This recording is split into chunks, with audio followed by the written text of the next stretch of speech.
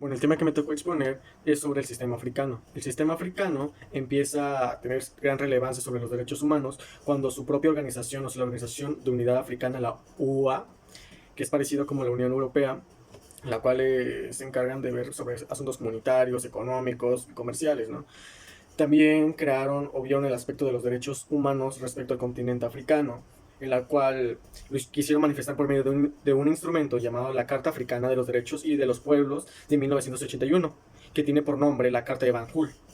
Este está conformado por ciertos países, que es Nigeria, Ruanda, Malí, Mozambique, Mauricio, Botswana, Tanzania, Benín, Gambia, Zambia y Sudáfrica. Todos estos son los países que conforman el sistema de los derechos humanos africanos. Y el organismo que tiene como control principal de este instrumento es la Comisión Africana de Protección a los Derechos Humanos y de los Pueblos, que tiene sede en Gambia, que es Banjul, Gambia, por eso el nombre de su instrumento, que se llama la Carta de Banjul.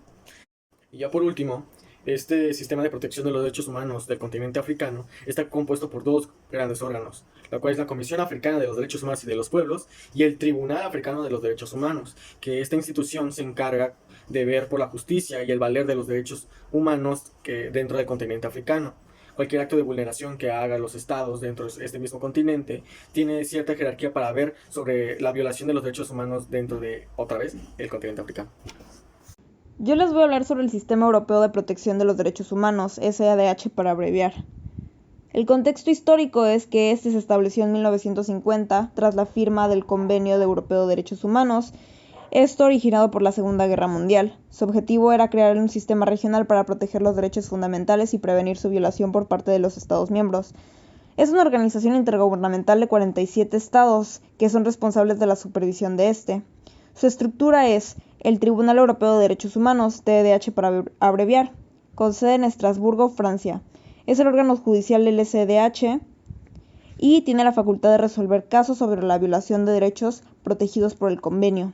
Luego está el Comité de Ministros del Consejo de Europa, que es el responsable de supervisar la ejecución de las sentencias del TDH y para adoptar medidas en caso del incumplimiento por parte de los Estados miembros. El procedimiento de admisibilidad y resolución de los casos del TDH implica la presentación de una solicitud por parte del individuo o una organización no gubernamental que alegue la violación de un derecho protegido por este convenio. El análisis del caso por parte del TDH y emisión de una sentencia llevará a la ejecución de esta misma por parte del Estado miembro condenado. Este protege una amplia gama de derechos y libertades, incluyendo el derecho a la vida, la prohibición de la tortura, la libertad de expresión, de reunión y asociación, a un juicio justo y la protección de la propiedad privada, entre muchos otros. Algunos ejemplos de las jurisprudencias del TDH incluyen el caso de Privy, Reino Unido del 2002, en el cual se reconoció el derecho a morir con dignidad. Luego está el caso de Méndez v. España, 2014, que condenó a España por la tortura de un ciudadano vasco durante la Guerra Civil Española. Yo hablaré sobre la Corte Interamericana de Derechos Humanos, la cual fue creada por la Convención Americana sobre Derechos Humanos en 1969. La Convención entró en vigor en 1978 y la Corte inició sus funciones en 1979.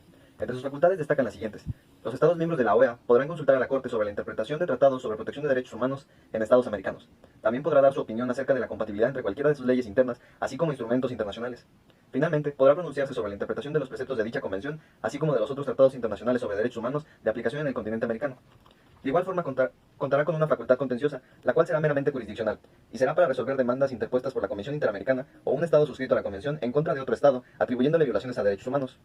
Este procedimiento constará de dos fases, una parte escrita y una parte oral. En la parte escrita constarán la demanda y la contestación, en la cual las partes podrán ofrecer sus pruebas y la parte demandada opondrá sus excepciones. La parte oral se ventilará por audiencias, en las cuales se expondrán sus alegatos y será el desahogo de las pruebas ofrecidas y aceptadas.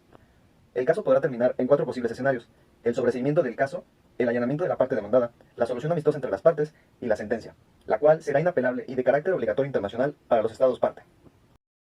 Yo les voy a hablar acerca de la Comisión Interamericana de Derechos Humanos, su composición y sus funciones. La Comisión Interamericana de Derechos Humanos está compuesta por 7 miembros, los cuales son seleccionados en base a su calidad moral y su conocimiento en la materia. Esto se hace a través de una Asamblea General de la Organización de Estados Americanos. Esto se hace en un periodo de sesiones inmediatamente antes de que salgan los comisionados anteriores.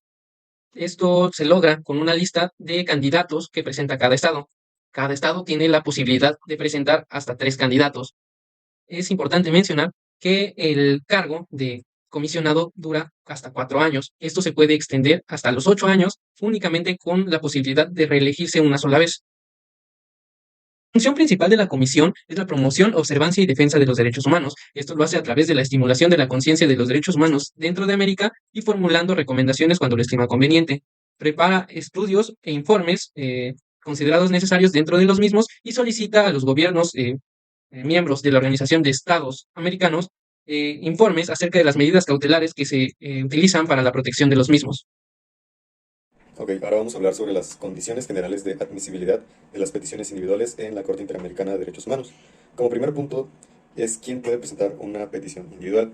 De acuerdo con el artículo 28 del Reglamento Interno de la Corte Interamericana de Derechos Humanos, pueden presentar una denuncia o una petición individual por presuntas violaciones a los derechos humanos cualquier persona o grupo por sí misma o en representación de otro. Y dos, las organizaciones no gubernamentales, las ONGs. Si la Corte Interamericana de Derechos Humanos la pueden iniciar de oficio el procedimiento según el artículo 24 del reglamento antecitado. Como segundo punto, surge la pregunta de cuándo puede presentarse una denuncia. Esta deberá presentarse dentro de los 6 meses siguientes a la decisión que agota los recursos de jurisdicción. Esto lo encontramos en el artículo número 32 del reglamento. No debe olvidarse que los plazos en la Corte Interamericana de Derechos Humanos se contabilizan en días naturales, no en hábiles.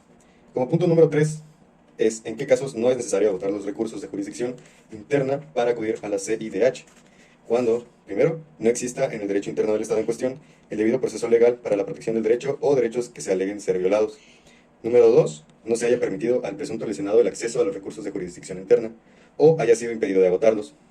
Y número 3, cuando haya retardo en la decisión de los mencionados recursos. Esto lo encontramos fundamentado en el artículo 46.2 del reglamento que ya venimos manejando.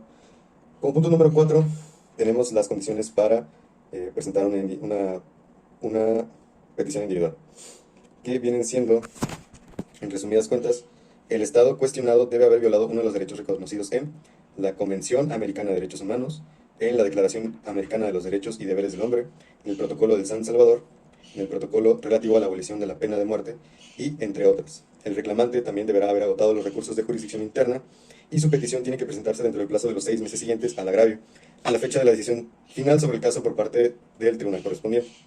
Y la reclamación o denuncia no deberá estar pendiente de resolución en otro procedimiento internacional, por ejemplo, en el Comité de Derechos Humanos que tiene la ONU, y este tiene competencia para conocer presuntas violaciones a los derechos reconocidos en el Pacto Internacional de los Derechos Civiles y Políticos, que es la litispendencia. Como punto número 5, la revisión inicial de la Secretaría Ejecutiva. La Secretaría Ejecutiva analiza si la petición reúne los requisitos establecidos en el artículo 28 del Reglamento Interno y que ya les mencioné. El Estado debe oponer las excepciones preliminares a las defensas jurídicas en que tenga su alcance. Posteriormente se prepara, como número 6, el informe sobre admisibilidad. La Secretaría tiene la facultad de presentar dicho informe al grupo de admisibilidad, el cual está integrado por 3 comisionados, quienes después de analizarlos podrán proponer la aprobación del informe de admisibilidad al Pleno. Posteriormente se hace un análisis de fondo, que es después del registro y la apertura del caso. Y así es como culminan los requisitos de admisibilidad.